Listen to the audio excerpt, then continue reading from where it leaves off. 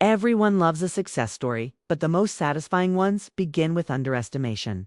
Quiet humiliation. And the moment someone decides they've had enough. And this is one of those stories. If you've ever been treated like you were invisible, compared to someone else your entire life, or made to feel like you weren't enough, stay with me, because what happened next is something no one in that ballroom ever forgot.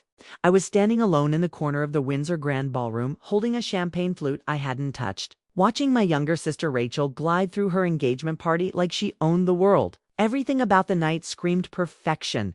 The crystal chandeliers, the ice sculptures, the jazz quartet, the designer gowns, the laughter of powerful people, and right in the middle of it all was Rachel, radiant, confident, adored. Then there was me, the quiet sister, the afterthought, the one people politely smiled at before turning back to someone more important. My mother appeared beside me, already on her third glass of champagne, and guided me across the room to meet Marcus's family. "This is my other daughter," she said, not even saying my name. And in that small moment, the old familiar sting returned. I was asked polite questions about my work with computers, my single status, my quiet life, my independence. All coded language for unsuccessful, lonely, and socially inadequate. Rachel joined us, glowing in her custom gown. I squeezed my shoulder in a way that looked affectionate but felt patronizing as she joked about my high standards, and how some people simply aren't built for relationships.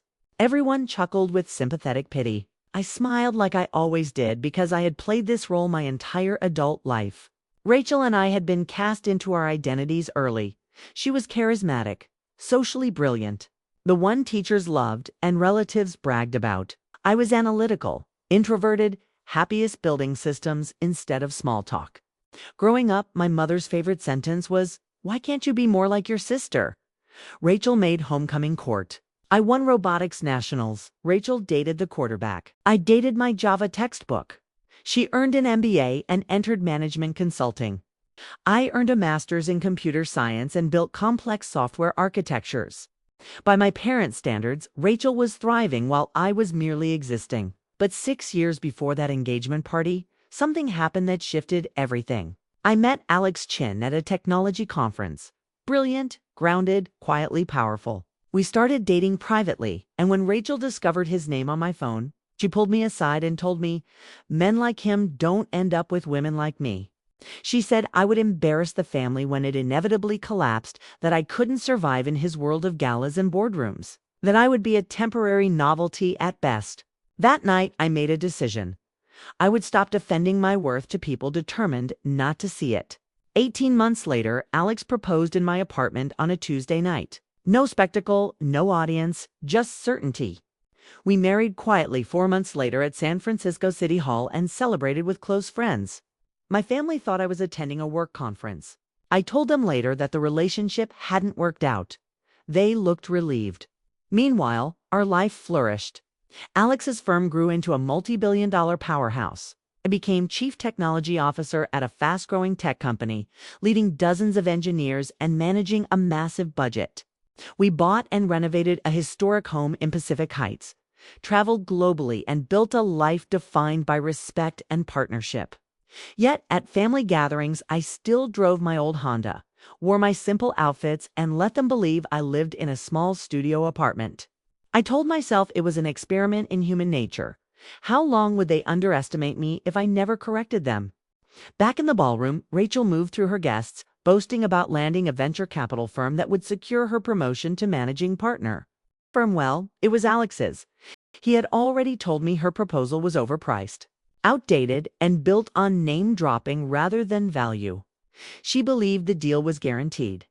Later, during her speech, she wrapped an arm around my shoulders and told the crowd that I was brilliant but too particular to find love, that she had finally accepted I would probably spend my life alone. The room filled with sympathetic murmurs.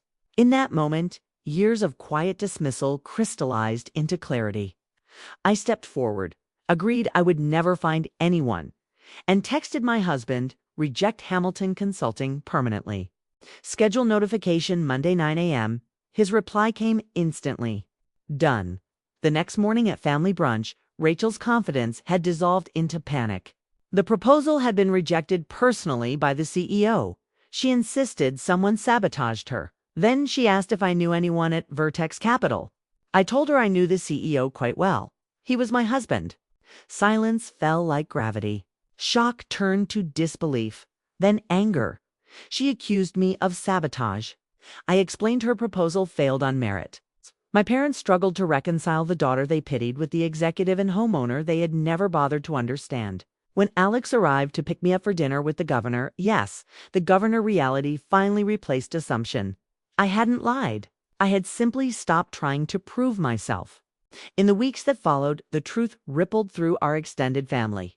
My parents apologized for years of comparison and dismissal. Rachel lost momentum in her career and, for the first time, confronted why she needed me to be less successful to feel secure. Therapy forced her to face the identity she had built around being the accomplished sister. Months later, she met me for coffee and offered a real apology, not to regain advantage, but because she finally understood the damage she had caused. Rebuilding trust was slow and imperfect, but honesty replaced pretense. What I learned from all of this is simple and powerful. People will often accept the version of you that makes them most comfortable. If you allow it, they will keep you small so they can feel large. But you do not owe anyone a performance of struggle to make them feel secure. You do not owe explanations for your quiet growth, and you do not need revenge. When patience, boundaries, and truth can accomplish far more, the most powerful comeback is not loud. It doesn't announce itself. It unfolds quietly until one day the people who underestimated you are forced to confront a reality they never imagined. And by then, you no longer need their approval because you have built a life that speaks for itself.